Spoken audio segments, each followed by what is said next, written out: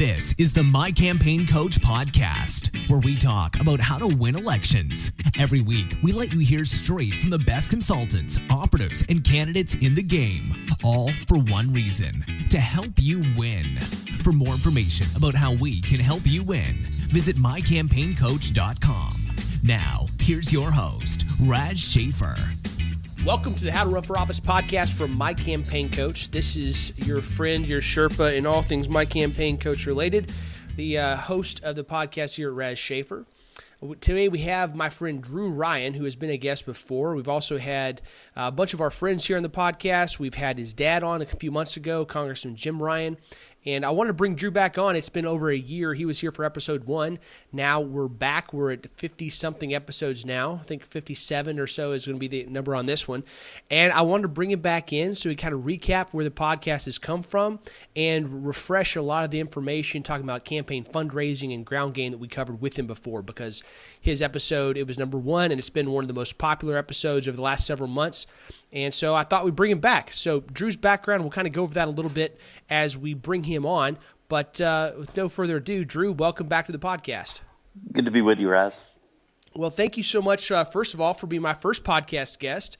You kind of got to break the mold. We had some audio difficulties back in the day. I was just figuring out how to do this. I would say that our microphones and our audio is much better now, I think. I would definitely agree. In fact, I was just commenting to you before we went live at how much better the sound quality is. So hopefully, one, we'll be able to give the listeners even better and more updated information, even some more granularity on things they can be doing for their campaigns, and they'll actually be able to hear it all, and that'll be great. So anyway.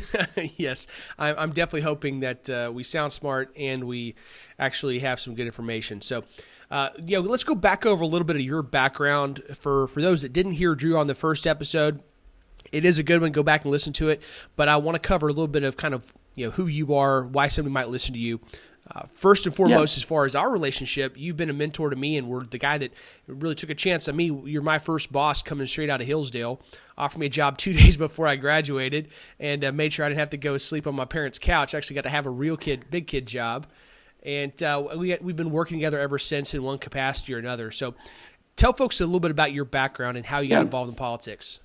Well, I think the very first venture into politics was doing things with my mom and my dad growing up, and my brother and my sisters. And that is when my dad would help local candidates. When we grew up in Lawrence, Kansas, because of his running fame, Dad was one of those endorsements that people always looked for, even when running for city council or school board. I remember distinctly licking envelopes, stamping envelopes, going door to door for local candidates that Dad had endorsed. But I think the first real foray into politics was when Dad ran for Congress in 1996. He had never run for office. In fact, the two things, and I'm sure he said this in his podcast, the two things he said he'd never do after his running career was, one would be become a track and field coach or cross-country coach. The other was he would never run for public office. And yet there he was. And there we all were in 1996. Dad started with no money in his bank account. He started calling his friends, anybody that he knew that could give $10. And before you knew it, he had registered to run, filed to run for office, and the rest is history. And he won that first election really through a very intensive ground game, won that first one by 7.5 points over a very well-funded Democrat in that second district of Kansas. That was 96. For me, then it just continued to go forward. After college in 2002, I was hired as a freelancer by the Republican National Committee, went in and ran Get Out the Vote efforts in Missouri in the Jim Talent, Gene Carnahan special election. That went very well. We won by, I think, right at 1.4%.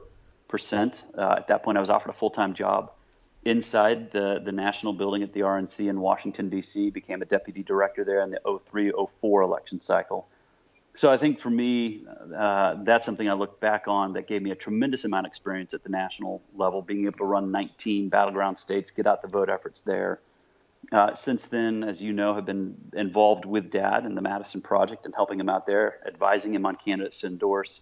Obviously, the one that I still look back on very proudly is the Ted Cruz endorsement, when a lot of people were a little skeptical as to his chances, and just coming out of a lunch with him, calling my dad, and I said, Dad, just bear with me here.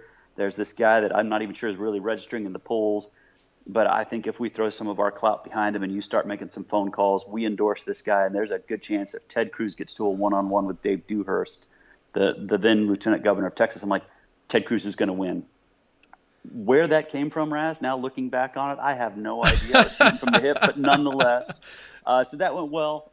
So still very much day-to-day in a lot of politics. Obviously, you and I work together on Campaign Sidekick, our voter contact software. Yep. So we're at 21 years of overt political experience, and it doesn't even seem like that long. Nor am I that young. I'm that old. I started this when I was in kindergarten. So that's a little bit of a Freudian slip there with Norma. Yeah, exactly. Well, hey, easy there, Chief. Easy. Well, it's, you and I have got to work together for nearly 10 years at this point, 9, 10. God only knows how long it's been. It's been since 2009. Because that means you're getting old too, Russ. You're getting old too. You're not kidding. Heck, I didn't even know my wife when we first met, let alone know how to get a job. So now I've got a kid and a bunch of dogs, and God is good, and I'm blessed. And somehow we keep working in politics. So, I had a really awesome time. Thank you for setting up the interview with your dad a few months ago, because absolutely. That's one of my favorite that we've done. And I really hope folks go listen to that. His humility, as well as just his command of the subject matter, how you win these races. We talked a lot about fundraising, which was such a huge factor in his 96 race, as well as it's such a huge thing that we're going to dig into here today, because so many campaigns, it's part of why they suck. They won't make the phone calls. They won't raise the money. And so I want to dive into that here a little bit more in a minute. As you mentioned, we're also partners, you and I, in Campaign Sidekick, and we work together a lot there. And just generally, we're conspirators and collaborators on all kinds of fun projects. But you've been a great mentor to me, and I really appreciate your help and all that you do for the movement. Let's start diving into today. I want to cover fundraising, and I want to cover ground game, and may come up with some tangents to chase along the way. But I really think that those are two of the things that campaigns get wrong so often at their own peril. Yes, absolutely. And if they get them right, they're going to do well. They may not always win, but I'll tell you, they're going to do pretty well. And when they don't do them, they're going to suck. It's just that simple. Yeah, I think the thing that you just mentioned is, look, even if you do fundraising well, even if you do grassroots well, there are no guarantees in politics. Not at all. However, I think if you do both of those well, you dramatically increase your chances of winning. And if you ignore them, you ignore them at your own political peril. And just diving in, I think for a lot of campaigns, the healthiest ones that I have seen over the years have been the ones that have freed up the candidate to go make fundraising phone calls, even 40 to 50% of the time for that candidate spent dialing for dollars or going and having meetings.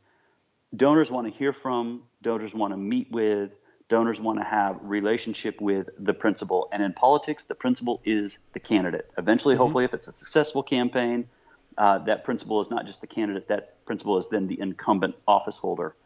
And I think for campaigns, if you're going to structure something and structure it well, it has to be done in such a way that a candidate, and a lot of these first-time candidates, they've got to actually create the campaign structure themselves. But you bring on competent people as a candidate.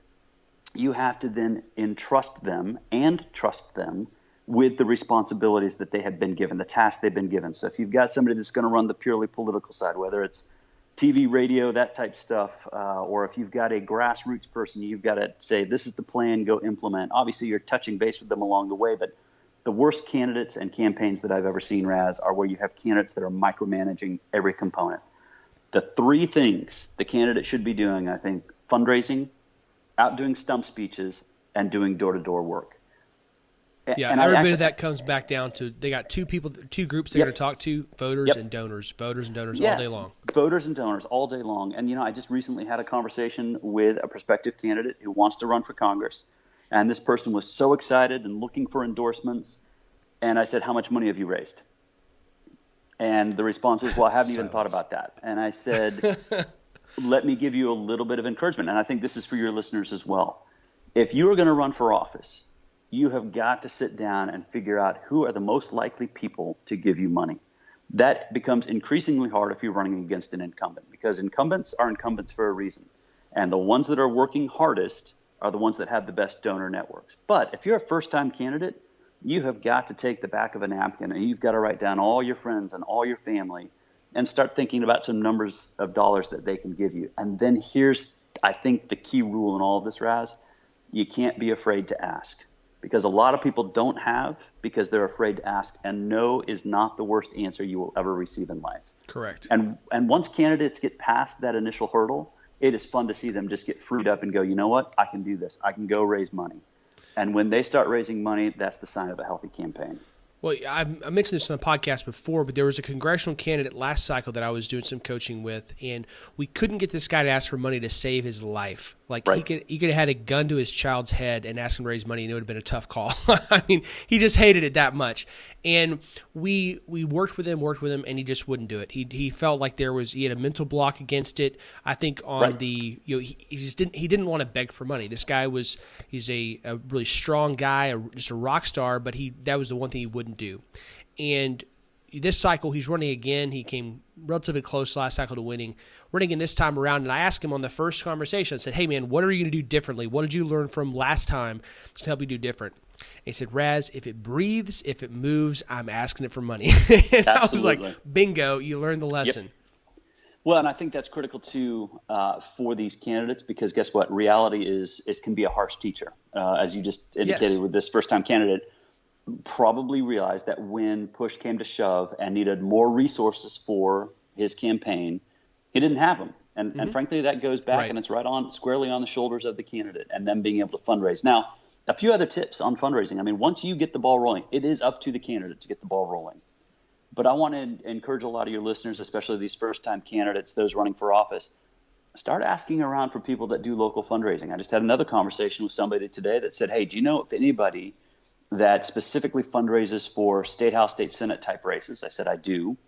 And they asked, would you put me in touch? And there are a lot of really good fundraisers that legitimate candidates should be reaching out to that can give them an assist. And that doesn't mean that the fundraiser is going to be doing all the fundraising. A good campaign fundraiser is somebody that, yes, can pick up the phone and call donors on behalf of the candidate. But a really good fundraiser is somebody that can also line up the exact right people for the candidate to call and then tee up that conversation. So it's just a pleasant conversation for the candidate to have. The donor is teed up to go, and then boom, the request comes, the check is in the mail, or the credit card is put down online, and they're off to the races. So, I mean, I think that's another component to think about for some of these campaigns is don't be afraid to ask if there's some local political fundraisers around you. Obviously, there are some that are only interested in federal elections, congressional and Senate, and even national elections. But there are those that deal with state house and state senate elections, even some that might go down into city council races. So that's another thing for first-time candidates to be thinking about is who are some people in my area that do political fundraising and how can I establish a working relationship with them? So if I'm looking to hire a fundraiser, I know that I need help getting relationships with these donors and getting the meetings set and getting events structured. I need fundraising help. And I've got it started with my Christmas card list on my own. Mm-hmm. What do I look for, both as far as good and bad things about somebody I might be hiring as a fundraising consultant? I mean, I think one of the things that you've got to look at is who's the current clientele for this political fundraiser. I think that's going to tell you, especially ideologically, where you're coming from. You want to have somebody that is relatively in your ideological neighborhood, right? If you're somebody that's very conservative, you're not going to be hiring a far left-wing fundraising type. You're going to hire somebody that's in your ideological neighborhood. You're going to look at their list of clients and who they're fundraising for. And then I think the third thing you have to look at is how much money have they raised for each one of those clients. That's going to give you a good indicator of how good these fundraisers are. Very good. Are there norms as far as how much fundraisers get to how much they make off of it as a percentage, or is that vary pretty widely? Well, there are actually a couple of different ways to look at it. Some fundraisers, and these are the ones that I'm a little bit more wary of, insist on a retainer up front. And it's usually a healthy retainer. Those are the ones where usually if I'm negotiating for a campaign, I'm saying, why don't we knock down that retainer? And for a congressional campaign, I think if you're paying more than $2,500 a month on a retainer, you're paying too much. But then you look at a healthier percentage of the actual fundraising dollars, which could be 10%. It could potentially be even a little bit higher than that. I wouldn't recommend hiring somebody for more than a 10% commission on fundraising, but you should be looking at a small retainer. If you're looking at something like a state house or a state senate race, you're probably looking at a fundraiser who will have a retainer of $500, at most $1,000, and then you're looking at a 5 to 10% commission. And again, the way I view these commissions in politics, Raz, is if you have a really good fundraiser who can get a bunch of people to stroke $1,000 checks for you, well, guess what? That means $900 or $950 extra dollars in your bank account, right? Where you've had to do somewhat minimal work. Like you are then leaning upon that fundraiser's network. And a lot of these fundraisers have great Rolodex. They've got great relationship with these donors. you are in a sense inheriting all of their network, and then your life becomes easier. But again, I don't want to take any of the burden off first-time candidates. You will find, as a first-time candidate, you are pushing that rock up the hill on your own for a long time. But once you get there and you start getting some campaign funds coming in, I encourage a lot of first-time candidates, go find a really good fundraiser you can build a great working relationship with, and you will see your fundraising numbers grow exponentially. It's a great way to build credibility within Absolutely. the donor class and within either other political candidates. When they start seeing, oh, it's not just Raz and his one-man band out there raising money and knocking doors. Well, he's got a fundraiser now. That's really cool. Yep. And there I'll put you in front of donors who were not going to listen to you. They weren't going to listen to you beforehand, but now you're able to borrow that credibility from an established voice within the conservative movement. That actually matters. And so that can help really open up some potential and new pockets, as well as hopefully maybe increase some of the donations from folks who are already within your known universe. Well, and the thing is, too, you have these fundraisers that have their own credibility right on the line. So there will probably be some negotiating, but once they bring on clients, these candidates, again, they have a network of donors that trust them. And if these fundraisers are bringing these candidates before the donors, again, it just makes the fundraising easier for the candidate because that fundraiser's credibility is already on the line. They wouldn't have taken the candidate if they didn't believe in him or her. And that just, again, it's going to see fundraising numbers grow exponentially for a lot of these first-time candidates. It is something that a lot of them need to consider. The other thing is, too, figuring out direct mail and figuring out online fundraising. This is something, so if you were to think of this in kind of multiple stages, Raz, that first phase of fundraising, it's you and your Christmas card list, it's you at the back of a napkin. As you grow, it then becomes a fundraiser. And again, it's somebody that has a very modest retainer with a decent commission. From there, you start thinking about how can I really expand my donor network? And if you're running for something that's in the federal level, whether it's a congressional race or even U.S. Senate, you've got to start thinking about direct mail fundraising because small dollar donors are just an amazing thing to have. And then also start thinking about how you can incorporate some online fundraising.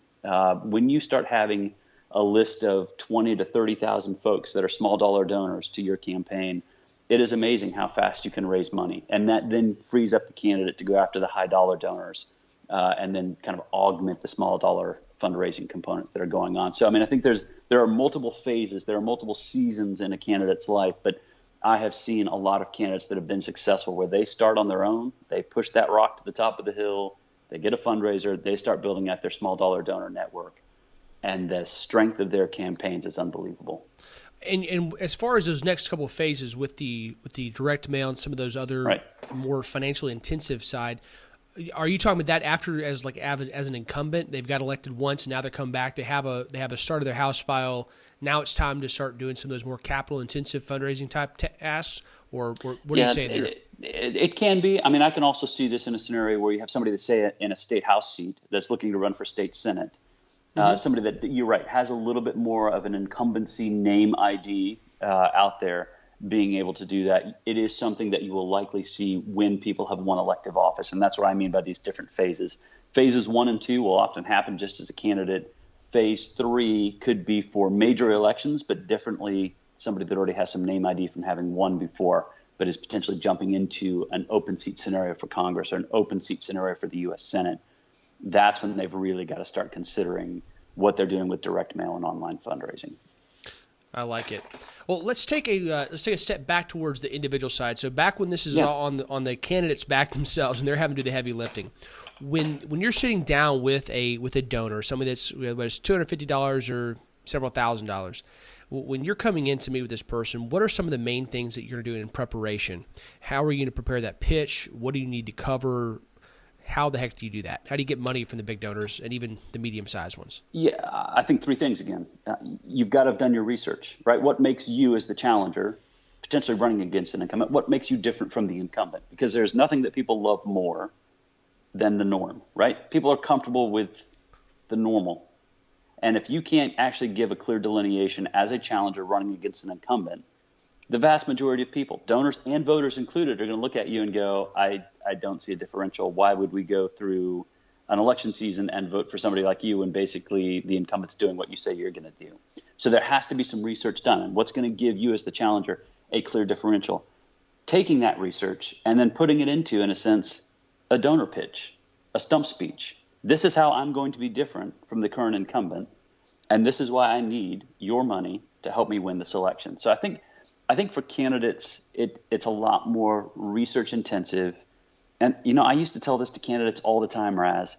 Don't be afraid to write up your stump speech or your donor pitch and then go practice it in front of the mirror until you have thing down pat. Because the one thing that I have seen, and I've been in meetings where I have taken folks to go meet with donors, and when the time comes to ask, they freeze.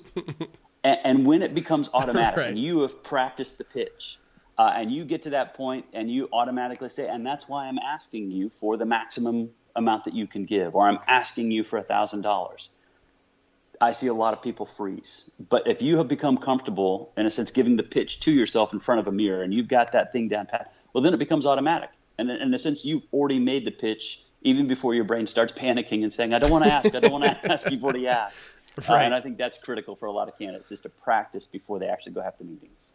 Well, and some of it, I think you've really got to reinforce. I mean, as you're practicing this, you have to reinforce in your own mind that this is actually the right thing to do. You have to believe that. You have to start from that point. And I think for some candidates, they just cringe because you're like, I mean, I'm a conservative, hardworking son of a gun that's out here because I want the government to be less involved in my life. And now I'm going and begging for money from these randos that I'm just asking people for money to pitch in my coffer so I can become a congressman, and it feels wrong. Well, and donors will sense that. Right. And that's the thing. I think donors expect, if you as a candidate are going to meet with a donor, they are expecting you to ask. Again, that goes back to my previous statement. The worst answer that you'll receive in life is not no, right? Because oftentimes it's, hey, not right now, or maybe I can give you this much, but not that much, that type thing. Even if it's a flat out no, it's not the worst answer you're going to receive in life. But I think a lot of donors are expecting the candidate to ask. And if the candidate himself or herself doesn't actually believe strongly enough to even make the ask, you see a visceral reaction from donors of, you don't even believe this. Why would I give to you? They want to actually be investing in a commodity that they think is going to become successful, and that the market growth is going to be incredible. That candidate's going to go on to win. And I think for a lot of candidates, if they are uncertain or feel, in a sense, ashamed to ask for money, the donors will pick up on that. Yeah, and I think that's where you have to get right in your own head why you're doing this. Yes, and, absolutely. Because the donors, if we're talking about conservative donors, or really if they're principle-based donors, if they're given to people because they want to see an outcome, if they're not just out to pay for play, if they're that kind of person, the kind of people that we're going and approaching, then they want to know that you are also investing in those principles. That's why you're there, because you want to fight for that. And so they're prepared for somebody to come ask for money. I mean, heck, when you asked for the meeting, they knew that there was going to be an ask at the end of it. That's why you're both there. They're not going to be surprised by you asking for money. So you have to be clear in your own head that you're asking for an investment, not just some money to go buy your kid a new car or to add a new bathroom on the back of your house. This is not a Raz or a Drew thing. This is an investment in movement. Yep. And if that's what you want, then ask for it, and don't be ashamed like it's asking for charity or something. This is asking for them to help you invest. You can't win without them, and they're there to help, so let's get on with it. Now, the thing is, too, if you actually believe in that, Raz, if you are actually locked in, this is what I should be doing, I've got a plan, this is the difference between me and the incumbent, and that donor gives, and I think I said this in the first podcast, you need to ask then, if that donor commits right then and there and on the spot, maybe even writing the check, ask for other friends that they know that they could put in a good word for you, and maybe even set up another meeting. Because again, if somebody's giving to you, they probably have 2, 3, 4 other friends who will give to you as well. And it's all about growing the movement, right? It's about saying, hey, I can't do this as a candidate. I cannot get elected by myself. I not only need donors, I need voters, I need supporters and people who are willing to keep helping me after I get elected to help make sure I have the groundswell of support to get these things done in spite of enormous pressure.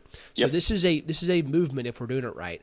And so having donors that are referring you to other folks, having supporters that are non-donors that are doing that same thing for you. You got to view this as growing a movement through your campaign, not just getting donors, getting volunteers, those kind of things. Right, exactly. Now, when you're meeting with these people, you also, two of the things that you taught me early on is ask for a specific amount and ask for a specific cause, for a specific reason. Talk a little bit more about what those are and why they're important. I think it's just human nature, Raz, especially when I'm parting with money, when you're parting with money, there has to be specificity, right? This is exactly why I need this amount of money, and I will do X, Y, and Z with it. And if you're just making kind of a broad ask, I just need you to give money, and you have no real plan in place. Again, that goes back to rehearsing what the pitch is actually going to be. I need X number of dollars because we want to hit X number of doors. And for us to do that, we might potentially have to pay people $10 an hour to go hit doors with us. That's the kind of specificity that a donor is looking for. That's what they give to. There are not many donors that I know that you can go in and give kind of a broad brushstroke. Hey, I'm so-and-so. I'm going to run for office. Could you give me the maximum amount of $2,700? Most candidates will laugh that type. Most donors will laugh that type candidate right out the door. So the more specific you are in the ask, the more specific you are with the dollar amount that you need and how you're going to use it. Those are critical. The other thing is too, and I think this is where a lot of campaigns and candidates fall short, is keeping these donors updated on the progress of the campaign and how you're actually using their money. Mm-hmm. Because again, like you were just riffing on, this is seen as an investment. They're investing in a cause, but they're also investing in the growth of a movement, and they want to see a healthy, successful campaign that has a plan, and they're implementing that plan. Well, and think about it from the perspective of, if the only time that a friend hears from you is when you need a favor, then they're not really considered to be a very good friend. If the only time a donor hears from you is when you're asking for more money, more of their stuff, then they're probably not going to, even if they agree with you on principle, they're probably just not going to be that much excited when they hear from you. But if you're being regular about updating them on, hey, this is what your money did. Saying, hey, you just bought me 500 yard signs, or sent out mailers to these people, or these many door knocking. Send them a picture of you out door knocking with the people who their money helped facilitate getting out there. Take a picture of your yard saying, hey, man, this is awesome. You paid for this, about 499 other ones this week, and they're out here advertising for our campaign because of you. I mean, just be cognizant about the fact that keeping them involved and engaged is why they're there. They're not giving money as a quid pro quo. Keep them involved and make sure they feel like part of a team, because that belonging is huge. Well, and I think, too, that is also something that is instructive for candidates is they're in a political campaign. There are all kinds of people that do different things. Donors often feel, I am here and my role to play is I can give you the money for you to be successful. They want to be a part of that, right? They probably aren't going to go out and do door knocking with you. Maybe some donors, I've seen them, they've come in for my dad's campaign. They would come in and do phone banking for dad. But a lot of them, they view their role to stroke the check. They want to see how you're using it and you reporting back to them and giving them frequent updates. It doesn't have to be every day. Heck, it probably doesn't have to be every week, but every couple of weeks, touching base with these donors and letting them know, like you said, sending them pictures. I think that is critically important because it builds a healthy relationship between the candidate and their donor base. And I think just habituating gratitude is really something that's it's hard to do. It's something that something that's lost in our modern culture. It's just hard. It's not something that I've ever been good at. I'm making strides towards being better at it with thank you notes and just writing notes. But it's not something that I feel like is really easy today. It's something that all the impetus behind our cultural shift is moving away from that. But I mean, heck, if you send the donor a text message and you're just staying in touch and letting them know, hey, this is how things are going, or whether it's writing formal emails, whatever it might be, just keep them involved and view it as a relationship, not just a one-way thing. No, I totally agree. All right, so we've kind of hit on the fundraising a little bit. I want to touch on the ground game before we go. And you and I, as we're analyzing some of these congressional races and talking about them, and with our obvious interest through Campaign Sidekick and helping empower these campaigns to go effectively, really rock their ground game, we're very interested in this kind of world. And one of the things that we constantly see is campaigns that shift away from ground game. They go for the easy stuff, the air war that they can blitz out, but that doesn't require any sweat. And then some of the ones that do it, they don't really do it great. So what do you think are some of the essentials that campaigns have to do in terms of ground game, and why is it important? Well, let's break down what you were just talking about real quickly, and that is those that would rather rely on an air war. And you and I are big fans of the book, Get Out the Vote.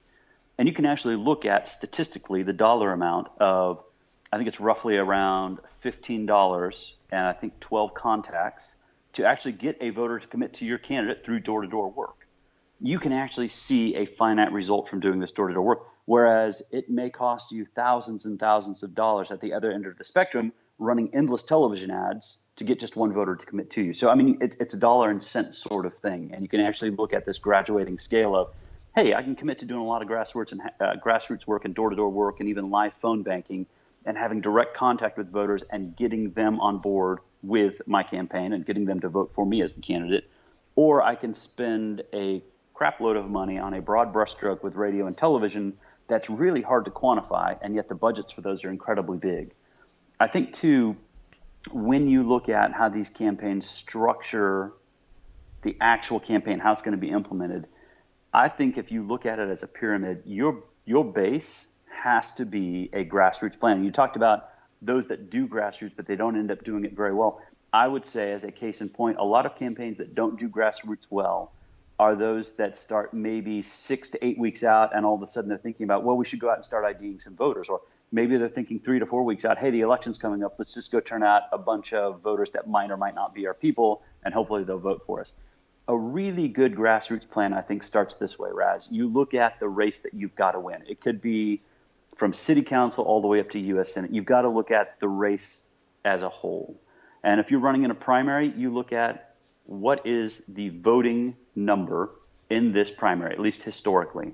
From there, you've got to break down numbers. And I'm talking actual breaking down mathematics, breaking down the numbers to find out which precincts you've got to win. And what are the numbers inside each one of those precincts? Will that number of precincts, if you're talking about a congressional race, will the number of precincts in each county enable you to win that county? If so, how many counties do you actually have to win this congressional race? And how can you weight back and forth? Is there a bigger county that will provide more votes for you? Do you need to spend more time there?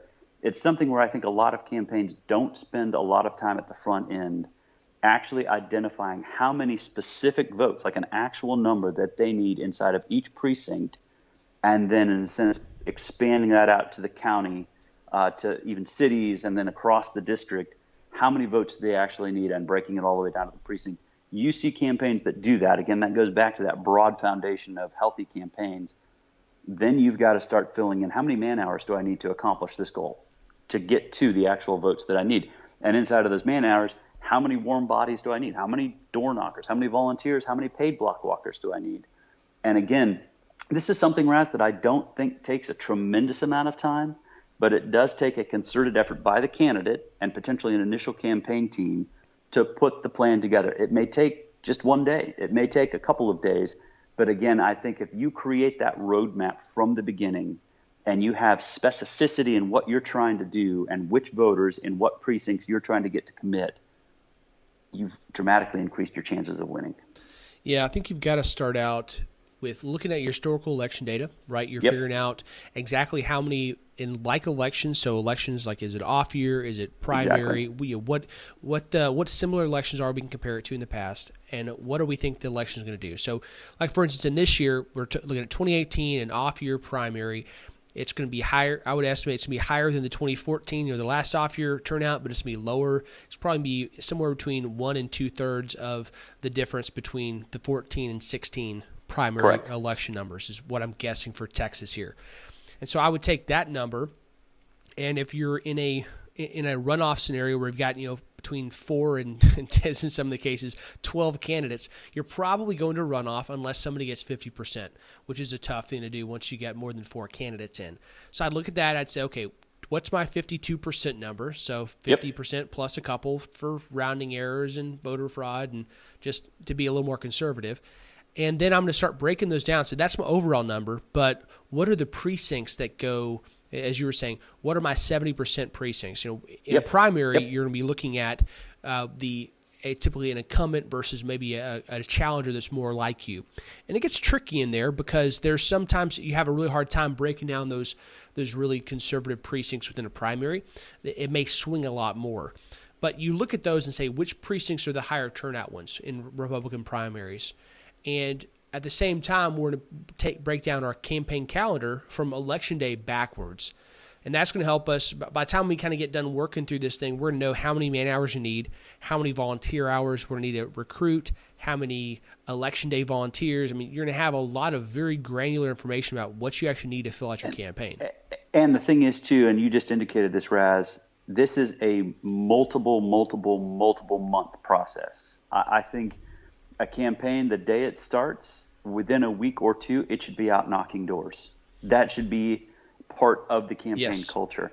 In there too is the ability to have somebody that is constantly recruiting volunteers, or again, if the funding is there and the finances are there, lining up paid block walking teams from the get-go. Yeah. As I have said, and you know, because you've sat through some of my trainings, I think the two resources that campaigns often fall short on, it's not necessarily money. Like if a campaign commits to raising money, they will be surprised at how much money is actually out there for them. It's time, and it's the number of volunteers. And most campaigns, the resource that they think they'll have plenty of is time. And they will find out how fast elections can go, and they won't have enough time. The other thing is, too, volunteers. And I think that's why a lot of campaigns, one of the things they need to consider right out of the gates, who's actually going to manage my volunteers? Who's going to fill in that campaign calendar of when do we need to go out and knock doors, and how many doors do we want to hit on that day, and then how many bodies do we need to hit that number of doors? Yeah, and I'd tell you that also that you've got to be very careful when you're assuming who is going to do what work within a campaign. Of course, I know there are a couple campaigns that I've been talking to recently who they think the volunteers are going to be the lion's share of what needs to be done, that they're going to take care of pretty much everything. And I got to tell you, I think that especially this late in a cycle in some of these races, that's just simply not going to happen. Even with rock star candidates who are getting a lot of enthusiasm, it's just not going to happen this late. You got to have a lot of work, and a fair amount that's going to have to be paid. Having volunteers are great, but don't bet the farm on them unless you have a really good plan for how you're going to get them out there. Don't just make a wish, have a plan. Well, and here's the thing too, Raz. If you're actually paying somebody, they feel obligated, right? They are under a certain amount of obligation to do something for you, right? Volunteers, they may have the best intent, but guess what? Volunteers, generally speaking, they have other things going on in life.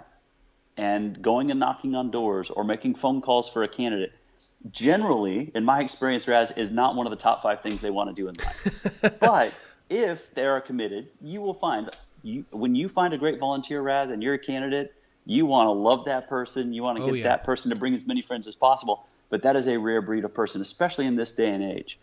And what you talked about is a lot of these campaigns that are going to be successful on the ground, they're going to end up having to pay for this. But again, it's fundraising, it's having the resources. Then you actually have a team or teams that are obligated to you. They go out and they do work, they get paid. They don't do work, they don't get paid.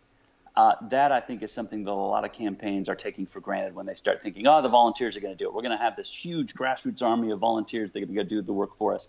Well, if you don't have a volunteer coordinator that's driving the ship, one, that's not going to happen. Two, these type volunteers that a lot of campaigns talk about, they're just going to appear out of the woodwork. They're not there. Three, you got to start budgeting for the ability to do some paid door knocking and paid phone banking. Yeah, I think one of the things that just occurred to me is that a lot of these problems we're talking about come back to making assumptions about races being similar that aren't. For instance, we all when you look at the way you analyze a race, or I do, or a Luke Macias or a John Drogan or anybody else, we all have plays that are comfortable for us. And we all go back, and we obviously have reasons why these are comfortable for us because they've helped us win a lot of races in the past. But different consultants, different campaign folks have different plays that are comfortable for them and they have confidence in. And I think that as a candidate, if you're working with any of us, if you're whoever you work with, you want to challenge assumptions as far as how like or unlike your race is going to be. Yep. So why are we doing all of this? Okay, well, it worked for Ted Cruz, it worked for Jonathan Stickland, but is it going to work for me, and what's different about this? And really challenging the assumptions that we make, because I'll freely admit that if I could do one thing differently about the 2016 cycle, I would put a heck of a lot more money into radio and TV than I would have on the ground.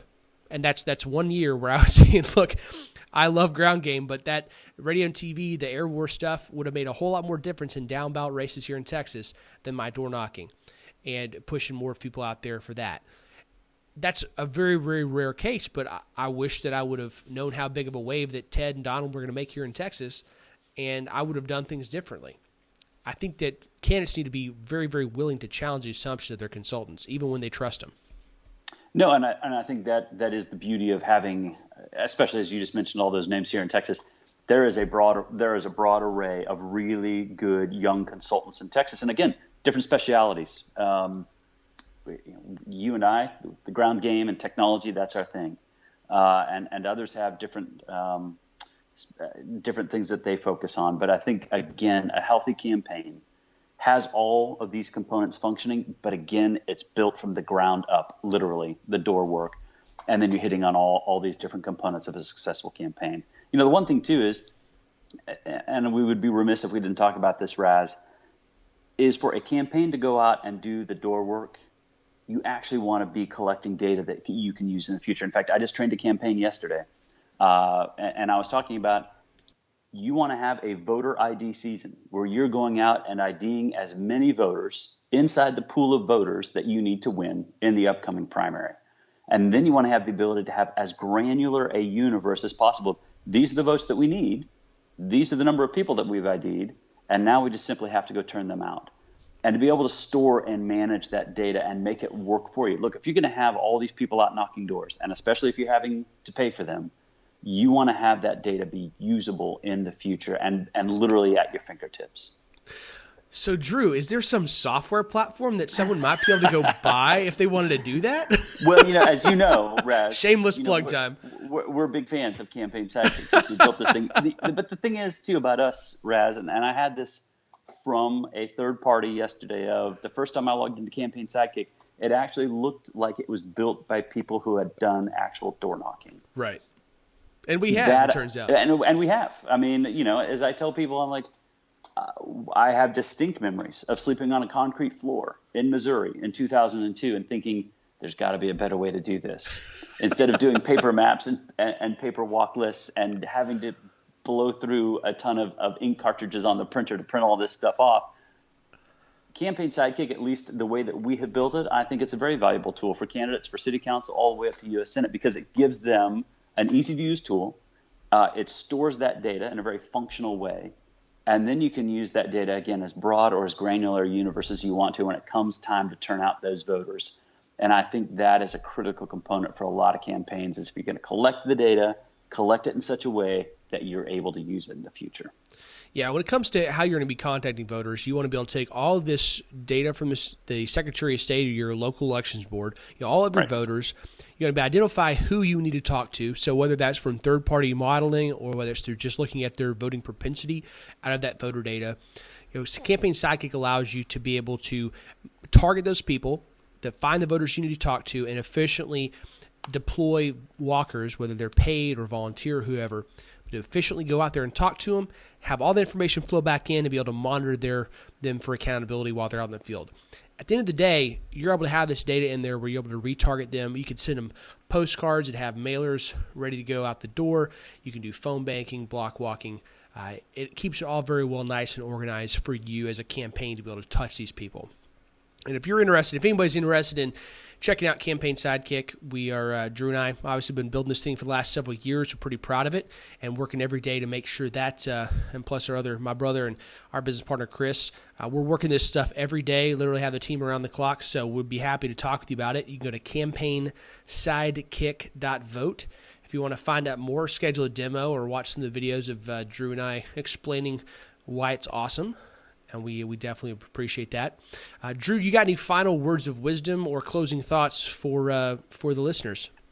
Yeah, I mean, I think if you're a first-time candidate, you've actually got to believe that what you're going to be doing is dramatically different than the incumbent that you're going to challenge. Or even if you're running in an open seat scenario, what makes you distinctly different from all the other candidates in the field? Because as you mentioned, and we know this, there are a bunch of crowded primaries here in our home state of Texas. So you've got to be able to let everybody know what makes you distinctly different from everybody else in the race. What are you going to do once you get elected?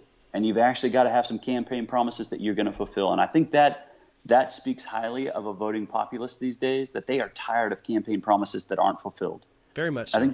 I think the other thing is, too, for candidates, you're going to have to be ready to work. Nobody's going to do this for you. You've actually got to be willing to sit down, make the hard asks, push that rock up the hill. And then once you start moving, actually have a game plan in place that you are going to commit to executing every day of every week for however many months your election cycle is. That, I think, those are critical components for first-time candidates. Know who you are, what you believe, what you're going to do, put a great plan in place from the ground up, and then go execute. I think that's fantastic advice. When we look at so many campaigns, these are these small groups of people that believe that they can make a difference. And oftentimes they get frustrated because they don't see that difference being made as quickly as they like. But I'll tell you, the reason why you and I look at these rockstar candidates to come out there and be willing to put their name on the ballot and work hard is because we know that the only people who have ever made changes, made big differences in the history of our world are small groups who are dedicated and hardworking. And those are the types of people that can go make a difference in our city, our state, our country. And we love being a part of helping them win. So thank you, Drew, for coming on today. It's been great having you on. I think I want to bring on a couple of the folks that were with us early this last year. I'm going to bring them back on, but want to have you have the first shot of that as we're kicking off. I guess this will probably go live in January of 2018. Guys, we'll probably be having a slowdown as far as some of the content we're going to be pumping out this month as I'm getting used to some new responsibilities and I'm coming out with some new content and trying to kind of revamp things, getting ready for an awesome 2018. So if you got any thoughts, got any requests, got any questions about whether they're still alive and kicking, just ping me, raz@mycampaigncoach.com, and we'll look forward to talking to you guys again very, very soon. Please subscribe and rate us on iTunes to help spread the word. We'll be back with you next week with more campaign insights from My Campaign Coach.